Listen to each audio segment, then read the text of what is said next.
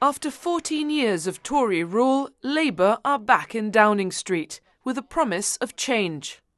You have given us a clear mandate, and we will use it to deliver change, to restore service and respect to politics, end the era of noisy performance, tread more lightly on your lives, and unite our country. The Conservatives, meanwhile, have suffered their worst ever parliamentary defeat. To the country, I would like to say first and foremost, I am sorry.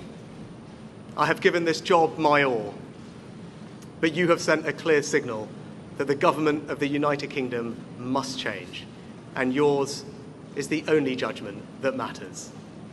It's been a tumultuous few years with COVID, the cost of living crisis, the war in Ukraine, and of course, Brexit.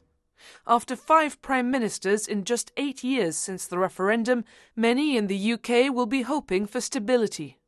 On the rock, the hope is that a treaty will finally be agreed, with new Foreign Secretary David Lammy having said he'd pick up the negotiations and build on the UK-EU relationship. The Chief Minister, Fabian Picardo, is positive about the future. I have a very strong relationship with the Labour Party. They're the sister party of the GSLP. I've known Keir for many years. In fact, he and I were together in the Cayman Islands the day that the Twin Towers came down, doing a lecture on human rights. So I've worked with him professionally. I've worked with him also in politics on a number of occasions. I've met with him in London.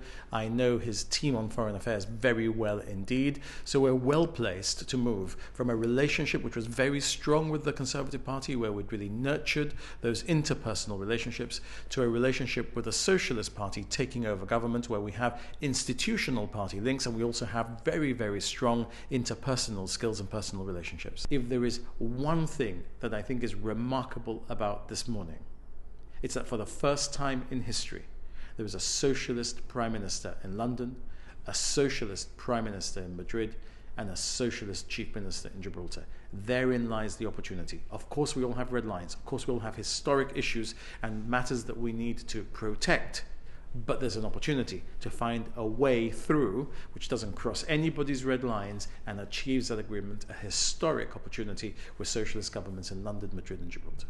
There are many on the rock who are wary of Labour after the joint sovereignty deal of Tony Blair's government. Head of Gibraltar House in London, Dominic Searle, says the party has changed in that respect. I'm confident that there's been a watershed from the Labour that we talked about in the past, which was under Tony Blair and Peter Haines' joint sovereignty, and the Labour Party that we have today, which is in a sense a breakaway from where Corbyn was in the middle. David Lammy has been very clear again this week that he will, in terms of the Gibraltar negotiations for the UK-EU agreement, he sees that as a continuity. I'm confident that people like Lord Cameron will assist privately where they can from the House of Lords. I don't think we're going to get backlash there. In some respects, life is made easier by the fact that some of the sort of major defenders of Brexit who are getting involved in Gibraltar are no longer doing it in that, or no longer there to do it in that respect.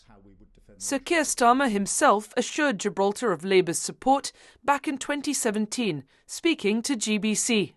We are committed to the very notion that nothing should change so far as status and sovereignty is concerned without the consent of the people of Gibraltar. I think that's a really important underpinning feature and safeguard that we have centrally in mind. And there's one new MP with special ties to the local community. Sarah Sakman, who won in Margaret Thatcher's old constituency, the London seat of Finchley and Golders Green.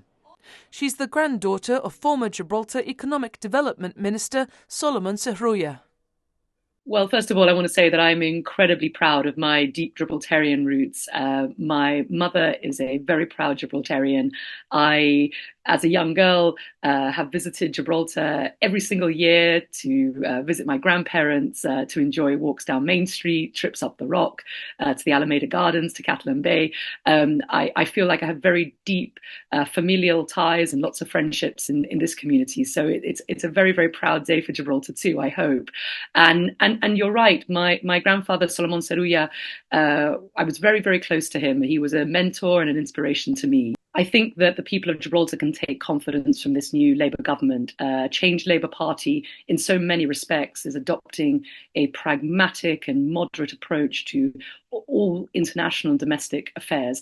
And so far as Gibraltar is concerned, I support and applaud the position that we've taken with regards to self-determination, to protecting British sovereignty of Gibraltar.